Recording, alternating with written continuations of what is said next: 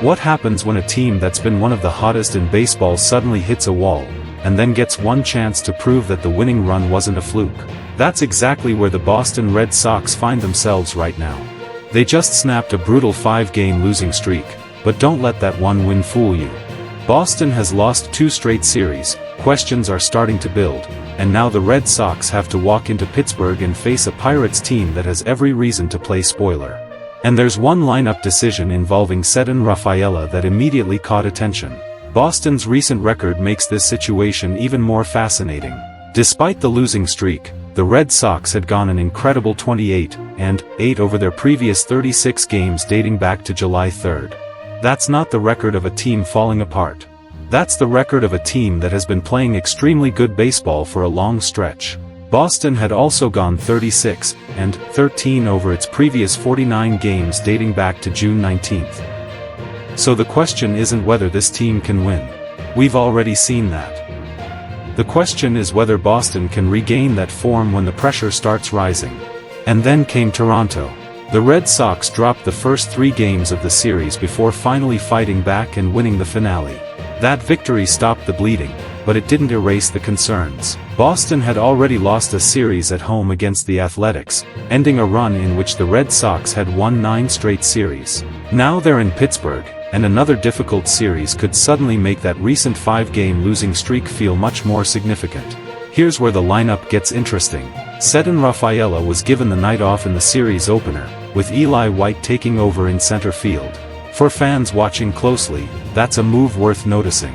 Rafaela has become an important defensive presence for Boston, so anytime he's not in the starting lineup, people naturally want to know why.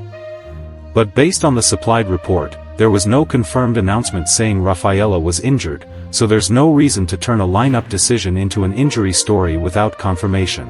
At the same time, Boston got a major boost with Adley Rutschman returning behind the plate after his day off in Toronto. And that's important because Rutschman isn't simply another name in the batting order.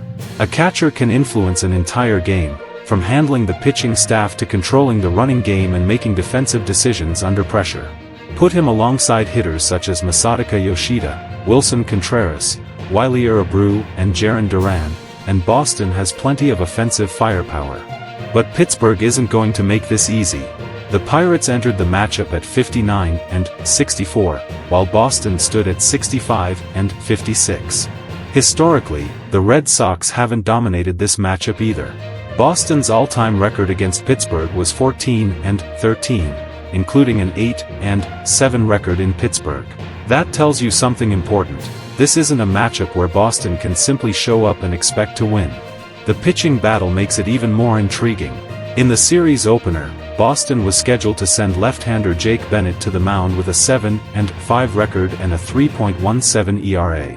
Pittsburgh countered with right-hander Bubba Chandler, who entered at 5-8 with a 4.26 ERA.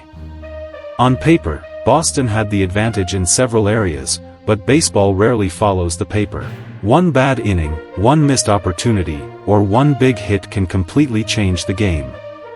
And Boston's road performance is one reason fans shouldn't panic just yet.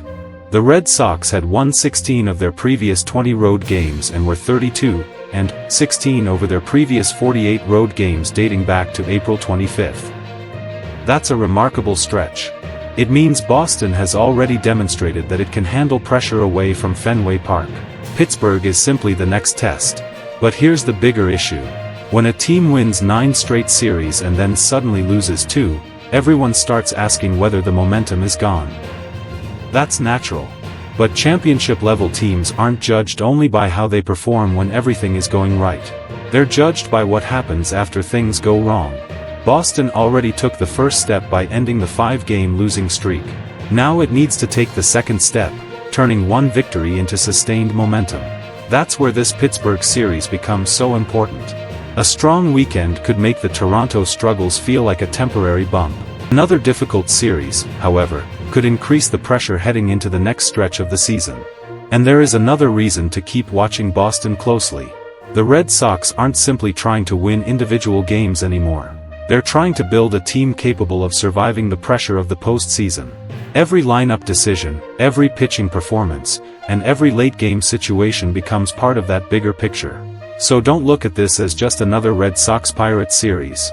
Look at it as a test of Boston's identity. Are they still the dangerous team that went 28-8 over 36 games? Or are the recent losses exposing weaknesses that could become a bigger problem later?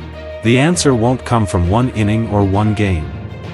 It will come from how Boston responds when the pressure is highest. The losing streak is over.